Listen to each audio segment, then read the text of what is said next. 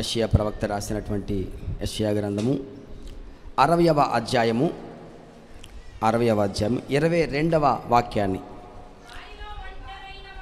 వారిలో ఒంటరి అయినవాడు 1000 మంది అగును, ఎన్నిక లేనివాడు బలమైన జనమగును. యెహోవానగు నేను తగిన కాలమున ఈ కార్యములను. హల్లెలూయా. ఈ వాక్యము ద్వారా ప్రభు మన అందరితో మాట్లాడి సహాయము చేయునుగాక. ఆమేన్.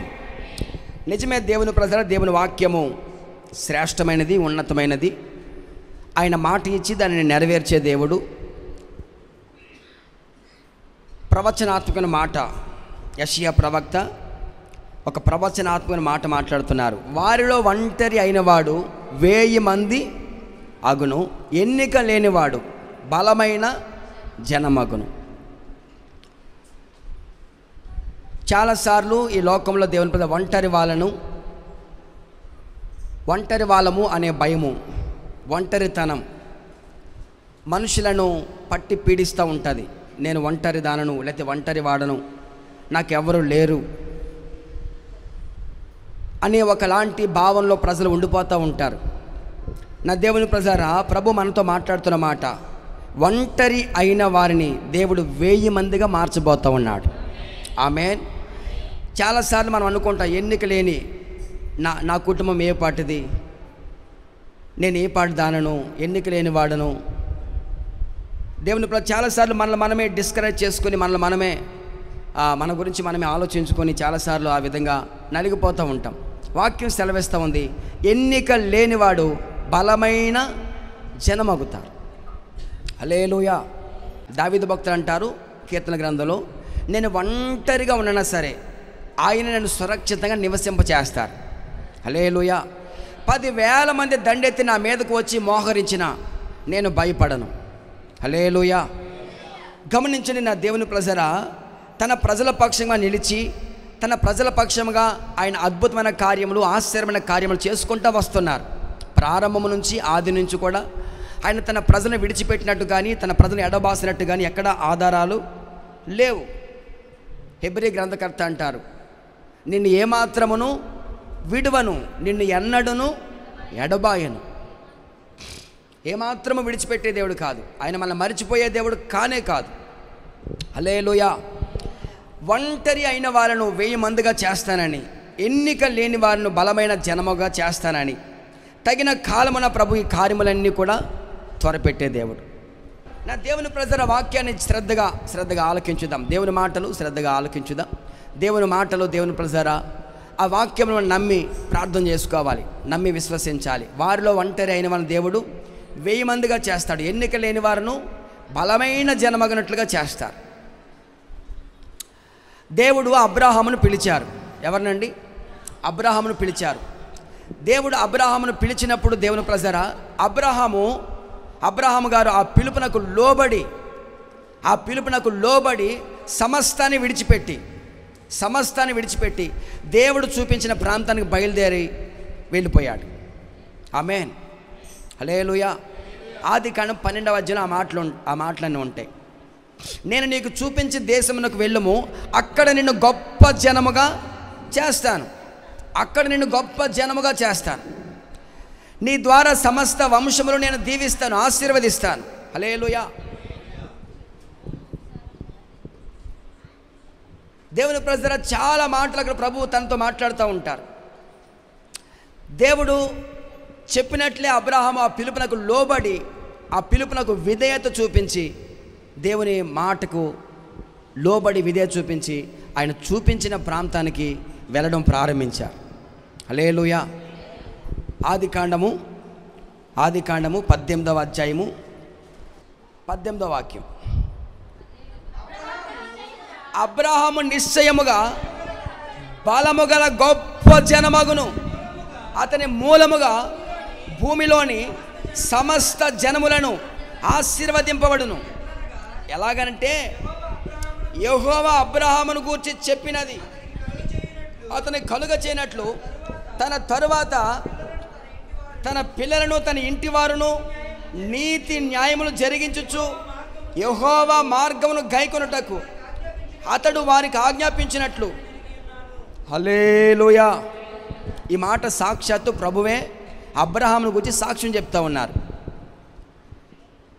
మన జీవితంలో ప్రతి ఒక్కరికి సాక్ష్యం ఉండాలండి. ఏముండాలి?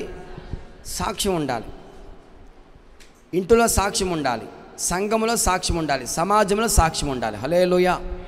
Praise the Lord. దేవుని ప్రజల సాక్ష్యం లేకుండా మోక్షం లేదట. సాక్ష్యం లేకుండా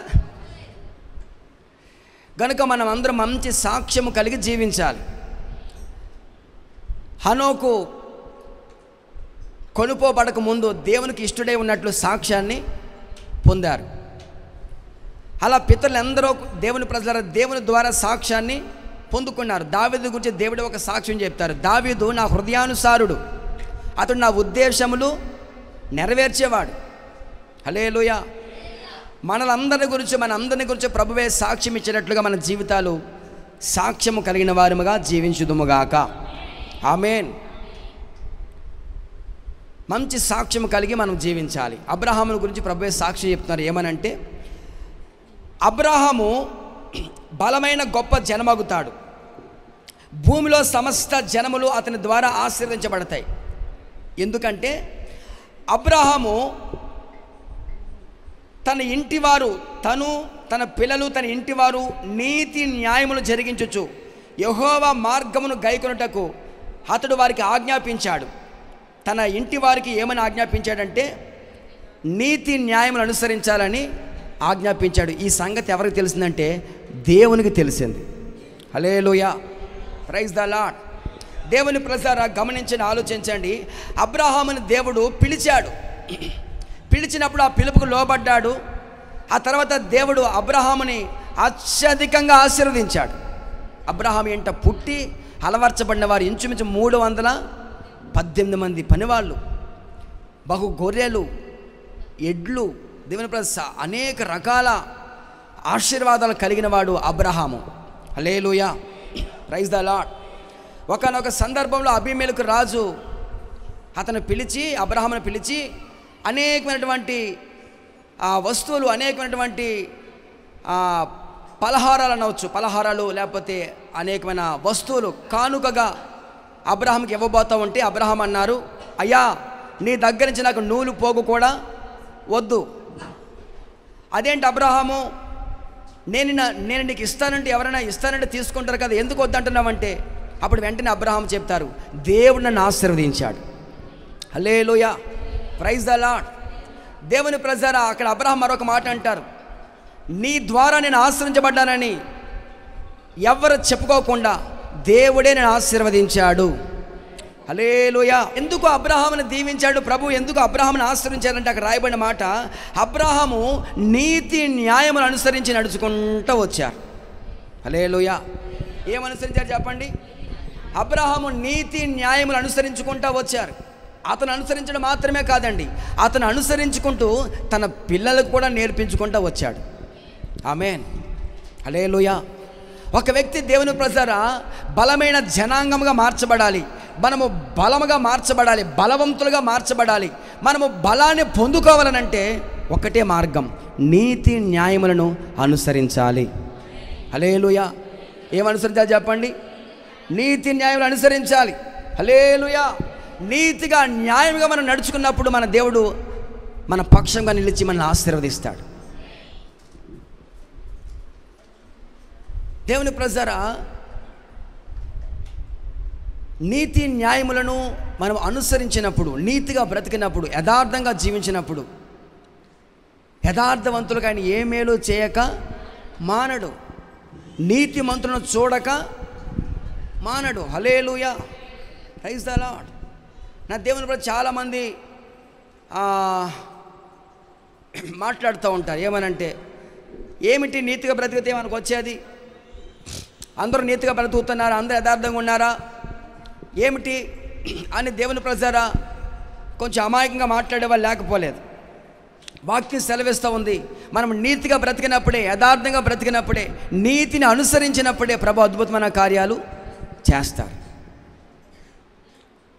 అబ్రహాము నీతిని అనుసరించడం మాత్రమే కాదండి, అతని బిడ్డలు కూడా, తన కుటుంబంలో ఉన్న వారందరూ కూడా నీతి న్యాయం అనుసరించడం నేర్పించుకుంటూ వచ్చారు.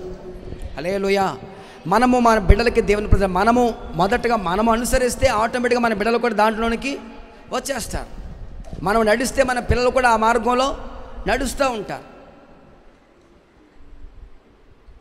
మనం ప్రార్థన చేస్తుంటే మన బిడ్డలు కూడా ప్రార్థన చేస్తారు. హల్లెలూయా. మనం స్తుతిస్తూ ఉంటే బిడ్డలు కూడా స్తుతిస్తూ ఉంటారు. నా దేవుని ప్రజరా, అందుకనే అబ్రాహాము వలె ఎవరైతే నీతిని అనుసరించి నీతిగా బ్రతుకుతూ ఉంటారో నా దేవుడు వారిని అత్యధికంగా ఆశీర్వదిస్తాడు. ఆమేన్. హల్లెలూయా. ద్వితీయోపదేశకాండం ఒక చక్కటి మాట ఉంటుంది, చూడండి ఒకసారి. ద్వితీయోపదేశకాండము 6వ అధ్యాయం 6వ వచనం చూడండి ఒకసారి. 6వ అధ్యాయము 6వ వాక్యం. నేడు నేను ఆజ్ఞాపించు ఈ మాటలు నీవు నీ కుమారులకు వాటిని అభ్యసించి నడుచునప్పుడును పండుకున్నప్పుడు. హల్లెలూయా. అక్కడ జ్ఞాపకం చేస్తున్న మాట ఏమిటంటే, దేవుని ప్రజ మన బిడ్డలకి మనము మన ఇంట కూర్చున్నప్పుడు, త్రోవలో నడుస్తున్నప్పుడు వారితో మనము చెప్పాలి, దేవుని మాటలు చెప్పాలి. హల్లెలూయా. మన బిడ్డలకు దేవుని వాక్యాన్ని నేర్పించాలి, దేవుని మార్గాన్ని గూర్చి బోధించాలి. దేవుని మాటలు దేవుని చాలామంది ఇంటి గోడల మీద ఉంటాయి, వాహనాల మీద ఉంటాయి,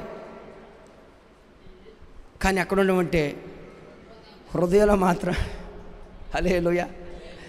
దేవుని వాక్యాలు మన ఇంటి చుట్టూ ఉంటాయి, ఇంటి గోడల మీద ఉంటాయి, కానీ హృదయంలో మన నోటిలో దేవుని వాక్యం లేకపోతే ఎలా? హల్లెలూయా. గోడల మీద కాదు, వాహనాల మీద కాదు, వాక్యం ఉండాల్సింది మన హృదయంలో, మన నోటిలో. హల్లెలూయా.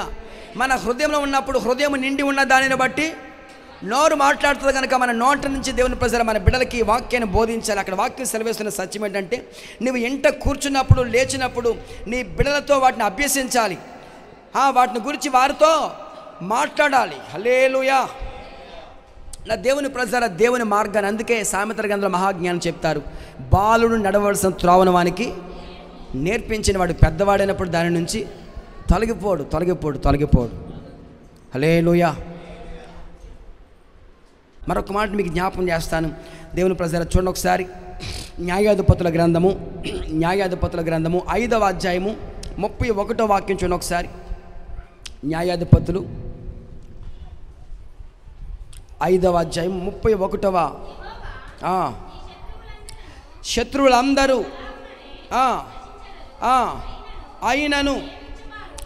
ఆయనను ప్రేమించువారు బలముతో ఉదయించు సూర్యుని వలె స్తోత్రం చెబుదాం. హల్లెలూయా. అక్కడ రాయబడిన మాట ఏమిటనంటే, ఆయనను ప్రేమించువారు బలముతో ఉదయించు సూర్యుని వలె ఉంటారు. ఆయనను ప్రేమించువారు బలముతో ఉదయించు. చెప్పండి. ఎవరు బలవంతులుగా మార్చబడతారు? ఎవరు బలమైన జనాంగంగా మార్చబడతారంటే, ఎవరైతే యేసయ్యను ప్రేమిస్తారో. హల్లెలూయా. ఏం చేయాలి చెప్పండి? యేసయ్యను ప్రేమించాలి. ఆయన్ను ప్రేమిస్తే, దేవుణ్ణి ప్రేమిస్తే, యేసయ్యను ప్రేమిస్తే నా దేవుడు వారిని బలవంతులుగా మారుస్తాడు. హల్లెలూయా. ఏ బలం అనుకున్నారు? శారీరకమైన బలము కాదు, ఆత్మీయ బలం. హల్లెలూయా. ఆత్మలో దేవుడు మనకు బలాన్ని ఇస్తాడు, ఆత్మీయంగా మనం బలాన్ని పొందుకోగలుగుతాం. నా దేవుని ప్రజలారా, యేసయ్యను ప్రేమించండి, దేవుని సన్నిధిని ప్రేమించండి, ఆయన వాక్యాన్ని ప్రేమించండి. ఎవరైతే వాక్యాన్ని ప్రేమిస్తారో, దేవుని సన్నిధిని ప్రేమిస్తారో నా దేవుని ప్రజలు ఆయన ప్రేమించువారు బలముతో ఉదయించు సూర్యుని వలె మార్చబడతారు, బలవంతులుగా మార్చబడతారు. దేవుని ప్రేమించడం అంటే ఏమనుకుంటున్నారు? దేవుని ప్రేమించడం అంటే ప్రతి ఆదివారం గుడికి రావడమా? దేవుని ప్రేమించడం అంటే ఆయన చిల్లర మార్చి సందాలు వేయడమా? హల్లెలూయా. దేవుని ప్రేమించడం అంటే ఏమనుకుంటున్నారు? నా దేవుని ప్రజరా, దేవుని ప్రేమించడం అంటే మనం ఆయన ఆజ్ఞలు గైకొనడం. హల్లెలూయా. ఏం గైకొనాలి చెప్పండి? దేవుని ఆజ్ఞలు గైకొనాలి, దేవుని ఆజ్ఞలు పాటించాలి. ఆయన మనకిచ్చిన ఆజ్ఞలన్నీ మనం అనుసరించినప్పుడు, పాటించినప్పుడు ఆయన మనం ప్రేమించిన వాళ్ళం అవుతాం. ఆమేన్. ప్రధానమైన ఆజ్ఞలు 2 ఆజ్ఞలు ఉన్నాయి. ఒకటి, నీ దేవుడైన యెహోవాను నీ పూర్ణ హృదయముతో పూర్ణ మనసుతో ప్రేమించాలి. హల్లెలూయా. మొదటిగా ప్రధానమైన ఆజ్ఞలు 2 ఆజ్ఞలు. ఒకటి, నీ దేవుని ప్రేమించాలి. రెండవది, నిన్ను వల్ల నీ పొరుగువానిని ప్రేమించాలి. ప్రేమ లేనివాడు ఆయన వాడు కాదే. ప్రేమ లేనివాడు ఆయనకి సంబంధించిన మనుషుడు కాదు. ప్రేమ లేనివాడు వాడు దుష్టుని సంబంధి. దేవుని ప్రజల ప్రేమ లేకపోతే, ప్రేమ అనేది మనలో లేకపోతే, ఏమున్నా, భాషలతో మాట్లాడినా, ఎన్ని వరాలున్నా, ఎన్ని టాలెంట్స్ ఉన్నా, దేవుని ప్రజలు ఎంత కలిగి ఉన్నా అదంతా కూడా వ్యర్థమే. హల్లెలూయా. మనం కలిగి ఉండవలసింది దేవుని ప్రేమ. ఆమేన్. దేవుని ప్రేమించాలి. నా దేవుని ప్రజల దేవుని ప్రేమించండి, దేవుని ప్రేమించండి, దేవుని ప్రేమించండి. ఆయన ప్రేమిస్తే ప్రభు మనకి సకల ఆశీర్వాదాలు, సకల దీవెన ప్రభు మనకు అనుగ్రహిస్తారు. ఆమేన్. చివరిగా మరొక మాట చెప్పి ప్రార్థన చేస్తాను. యెషయా గ్రంథము చూడండి, ఆ మాట చదవండి. యెషయా గ్రంథం 40వ అధ్యాయము 31వ వచనం చూడండి ఒకసారి అందరూ. యెహోవా కొరకు ఎదురు చూచువారు నూతన బలాన్ని వారు పక్షిరాజు వలె రెక్కలు చాపి పైకి ఎగురుతారు, అలసిపోరు, సొమ్మసిల్లిపోరు. హల్లెలూయా. Praise the Lord. దేవుని ప్రజలారా, పక్షిరాజు వలె రెక్కలు చాపి పైకి ఎగురుతాం, అలసిపోము, సొమ్మసిల్లిపోము. ఎప్పుడంటే యెహోవా కొరకు ఎదురు చూసినప్పుడు. హల్లెలూయా. ఎవరు బలవంతులుగా మార్చబడతారు, ఎవరు బలమైన జనాంగంగా మార్చబడతారు, ఎవరు బలాన్ని పొందుకుంటారంటే ఎవరైతే యేసు క్రీస్తు కొరకు ఎదురు చూస్తారో. హల్లెలూయా. ఎవరైతే నా దేవుని కొరకు ఎదురు చూస్తారో, ఆయన కొరకు ఆశతో కనిపెట్టుకుని కూర్చుని ఉంటారో, నా దేవుడు వారిని బలవంతులుగా మారుస్తాడు, వారికి బలము ధరింప చేస్తాడు. ఎవరి కొరకు మనం ఎదురు చూడాలి? ఎవరి కొరకు చెప్పండి? దేవుని కొరకు, ఆయన మాట కొరకు, ఆయన వాక్కు కొరకు, ఆయన దర్శనం కొరకు. హల్లెలూయా. హల్లెలూయా. ఆయన కొరకు మనం ఎదురు చూసినప్పుడు, ఆయన కొరకు మనము దేనిపై ఆయన కొరకు మనం ఆశతో కనిపెట్టుకున్నప్పుడు దేవుడు మనకి బలాన్ని ధరింప చేస్తాడు. ఆమేన్. Praise the Lord. అలసిపోమండి. ఆయన మనకు బలం ఇస్తే అలసిపోము, సొమ్మసిల్లిపోము. అలయక సొమ్మసిల్లక మనం పైపైకి ఎగురుతాము, పైపైకి ఎగురుతాం. పక్షిరాజు వలె మనం పైపైకి ఎగరాలంటే దేవుని బలాన్ని మనము పొందుకోవాలి, దేవుని బలాన్ని పొందుకోవాలి. నా దేవుని ప్రజల ఒకటి, మనము బలవంతులుగా మార్చబడాలంటే, మీరందరూ చాలా సీరియస్గా ఉన్నారండి. స్తోత్రం చెప్పండి గట్టిగా. హల్లెలూయా. మీరు బలాన్ని పొందుకోవాలని నా ఆశ. మీరు బలవంతులుగా మార్చబడాలి. శారీరకంగా కాదు, ఆత్మీయంగా మీరు బలవంతులుగా ఉండాలి. ఎంత కష్టాలను తట్టుకునే శక్తి మీకు రావాలి. హల్లెలూయా. Praise the Lord. అపవాదిని ఎదిరించే గొప్ప సాధనాలుగా మనం మార్చబడాలి. Praise the lord. వాడు మనం చూసి పారిపోవాలి తప్ప వాడిని చూసి మనం భయపడకూడదు. హల్లెలూయా. దేవుని ఆత్మ బలముగా మన అందరి మీదకి దిగివచ్చునుగాక. ఆత్మ బలముతో మనం నింపబడదుముగాక. ఆమేన్. Praise the Lord. హల్లెలూయా. నా దేవుని ప్రజల ఒకటి, నీతి న్యాయములు అనుసరించి నడిచినప్పుడు మనం బలవంతులుగా మార్చబడతాం. మన కుటుంబం బలమైన జనాంగముగా మార్చబడుతుంది. రెండవది చెప్పండి, ఆయన ప్రేమించేవారు బలవంతులుగా మార్చబడతారు. మూడవది, ఆయన కొరకు ఎదురు చూసేవారు బలవంతులుగా మార్చబడతారు. ఈ కొద్ది వాక్యం ప్రభు మనం వినుకుండా దీవించి ఆశీర్వదించునుగాక.